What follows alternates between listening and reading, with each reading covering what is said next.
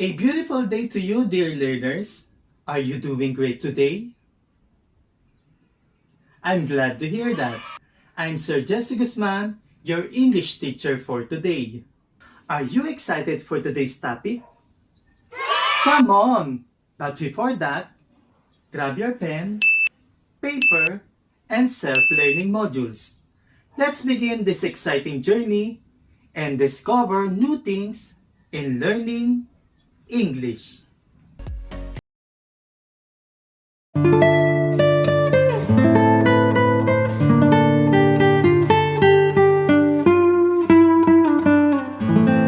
The main idea is one of the most challenging reading strategies to teach because we do not only have to comprehend the passage, but we also have to figure out which information is the most important without getting distracted in details.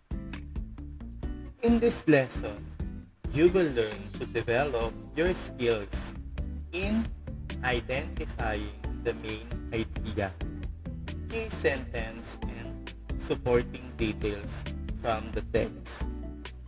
The ability to identify the main idea in text is a key in reading comprehension skills.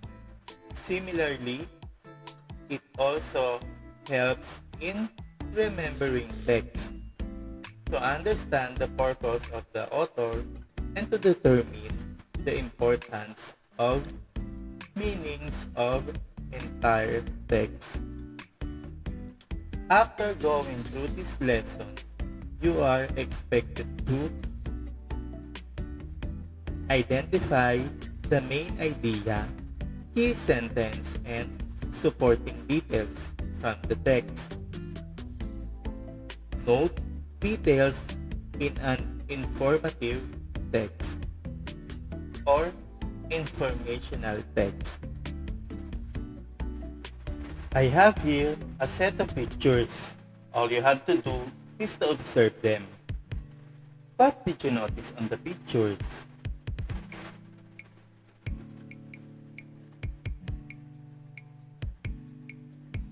If your answer is health, safety, protocols to fight against COVID-19, then you are correct. In your own area, what are the things that you do in order to fight COVID-19? Okay, your answer is right.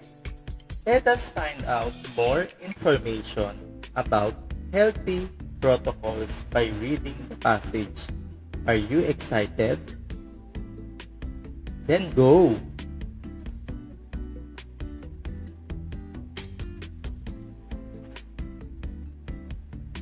There are some healthy practices which we can do or follow to protect ourselves from COVID-19.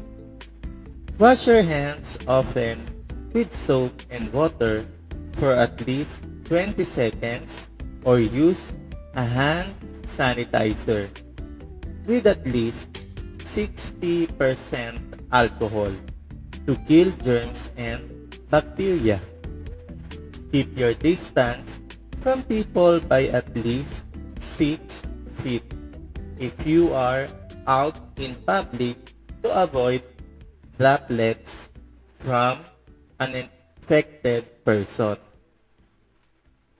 Cover your nose and mouth with a tissue or sneeze into your elbow to reduce the ejection of droplets into the environment. Also, frequently clean and disinfect touched surfaces.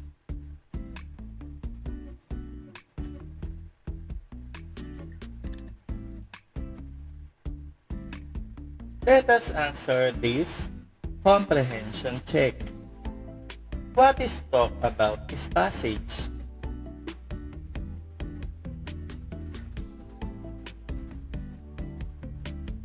Okay, if your answer is the healthy practices to fight COVID-19, then you are correct.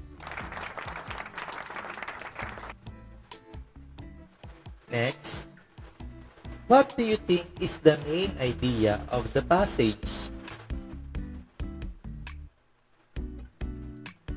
If your answer is the safety practices against COVID-19, then you are right.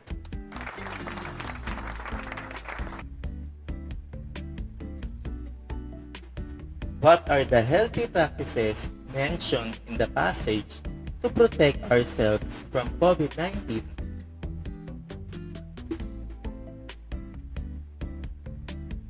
Okay, so we have a lot of practices, including wash your hands often with soap and water for at least 20 seconds, or use hand sanitizer with at least 60% alcohol to kill germs and bacteria. Next, we have keep your distance from the people by at least 6 feet if you are out in public to avoid droplets from an infected person. Third, we have cover your nose and mouth with a tissue or sneeze into your elbow to reduce ejection of droplets into the environment. Also, frequently clean and disinfect touched surfaces. Okay, very good. Next, let us analyze the passage. This one is found at the beginning of the passage. Every passage has a main idea. What do you mean by main idea? Let us find out. The main idea tells what the story, poem, or paragraph is all about.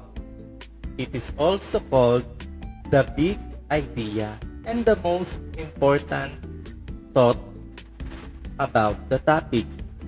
The topic is the person, place, thing, or idea being talked about.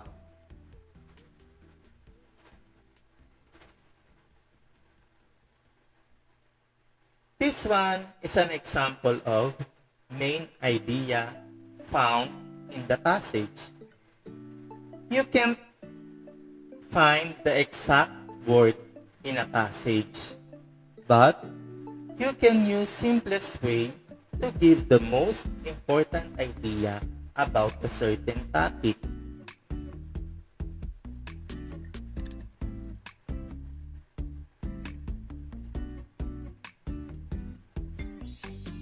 Let us focus on this passage. If we want to focus in the beginning of the topic, so you can identify it as key sentence. What do you mean by key sentence?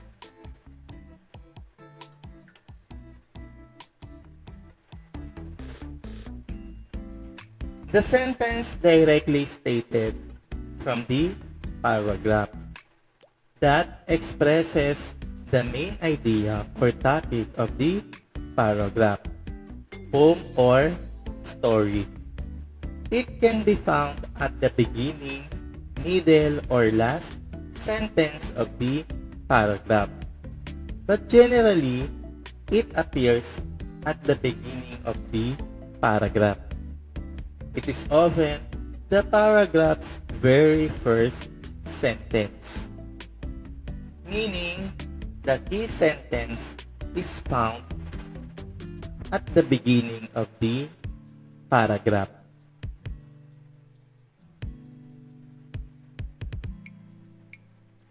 Now let us focus on this part. This one is the details of the passage, the important information that found in passage. This one is an example of supporting details. Small ideas tell more about the main idea. They give the important details that explain, prove, and describe the main idea for better understanding.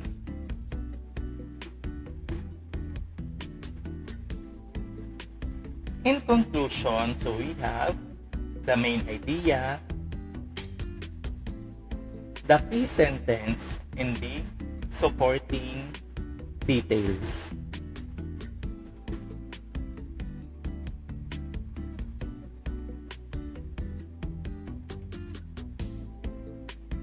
Let us have another reading passage.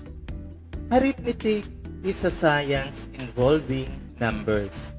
Its name comes from the Greek word arithmetikos, meaning reckoning. It all began when people used their figures for counting, which were called digits. From the Latin word meaning figure, the ancient Babylonians who gauged notches in clay tables recorded numbers. To find out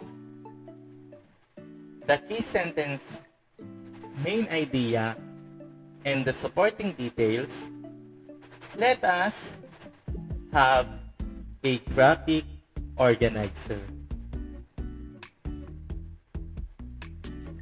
What do you think is the key sentence? Okay, very good. The key sentence is the arithmetic is a science involving numbers. How about the supporting details? We have first, its names comes from the Greek word arithmetikos, meaning reckoning. Second, it all began when people used their figures for counting, which were called digits, from the Latin word meaning figure. Third, we have the ancient Babylonians who gauged notches in clay tables recorded numbers. What do you think is the main idea?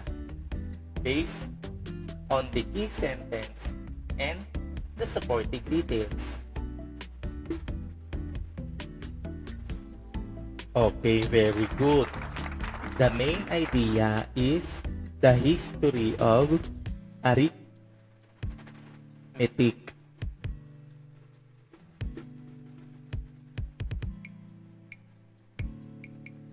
Let us have an activity. Directions. Read the paragraphs carefully and answer the questions below. Do this in your notebook.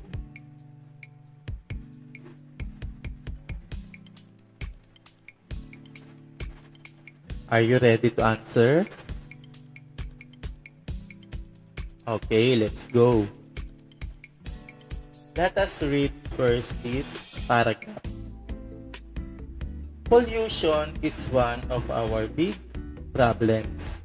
The ocean becomes polluted because people throw their garbage into it. Some factories had a greater contribution when it gives out smoke and dust that makes the air dirty.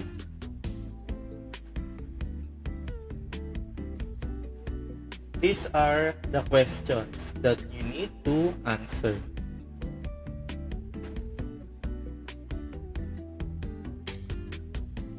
Number 1, we have, what is the main idea of the text? Number 2, what is the key sentence of the text? Number 3, what details or information support your main idea?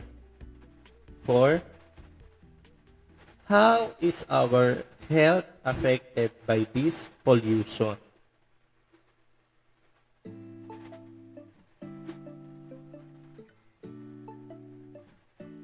So I will give you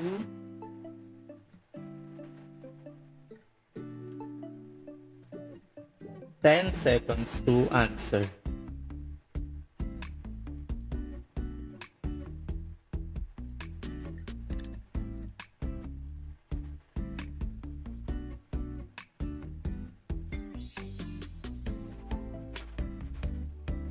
Okay, let us try to answer number 1. What is the main idea of the text? Okay. The correct answer, the effects of the pollution in a society. If your answer is nearer to this answer, then you are correct.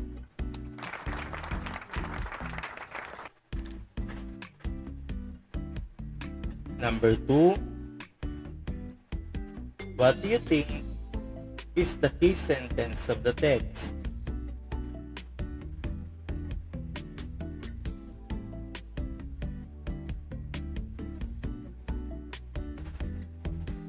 Of course, the key sentence is found at the beginning of the paragraph. So the answer is pollution is one of our big problems.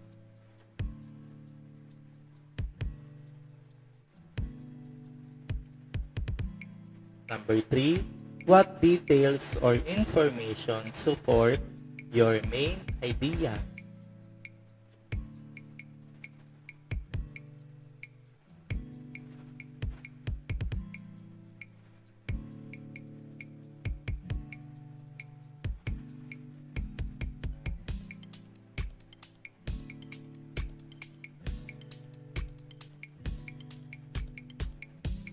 Okay, so this one is too long. So this will be your answer. The supporting details after the key sentence.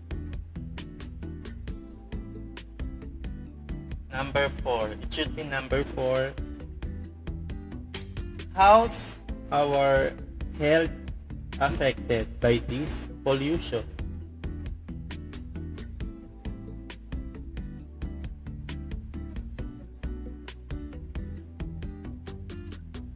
Okay, very good.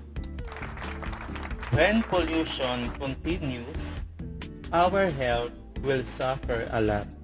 It increases the risk of respiratory infections, heart disease, and lung cancer. If your answer is nearer to this answer, then you are correct.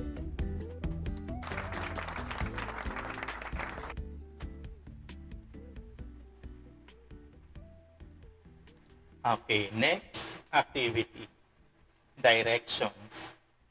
Read the paragraph and answer the questions that follow. Write the letter of the correct answer in your notebook.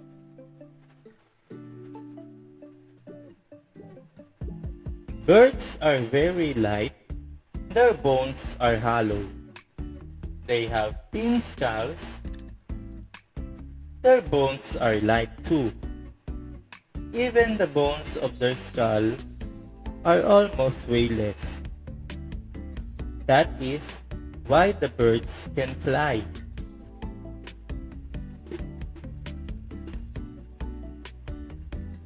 Okay, let us answer number 1.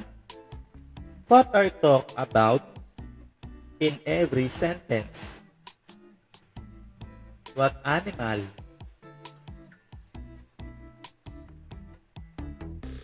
Or what part of the animal?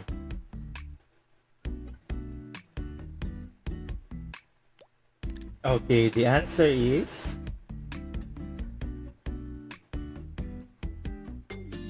the birds. Very good.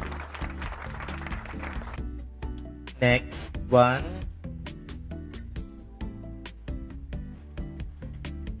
Number 2. What does the whole paragraph say about the birds? A. Birds are very light. B. Birds have bones. C. Birds are heavy. D. Birds have thin skull.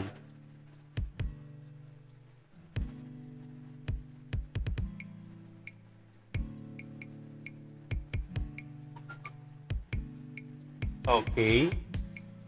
If your answer is A, then you are correct. Number 3. Which sentences give details about the paragraph? A. First sentence. B. First and second sentences. C. Second to sixth sentences. And D. First to third sentences.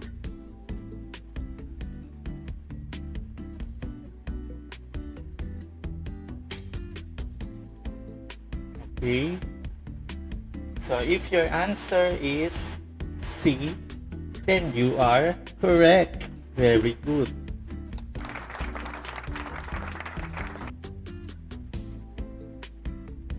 Number 4. What do you call the sentence, birds are very light? A. Conclusion. B. Key sentence. C. Heading sentence. Or D. Summary sentence.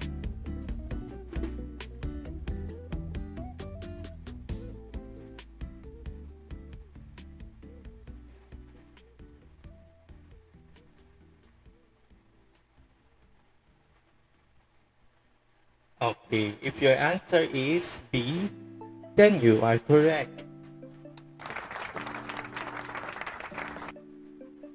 5. In the given passage, where is the key sentence found?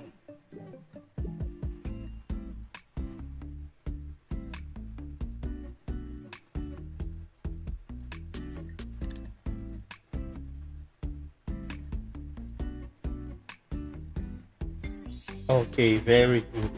It is found at the beginning of the paragraph. Very good. How many of you were able to get an amazing score? Very good.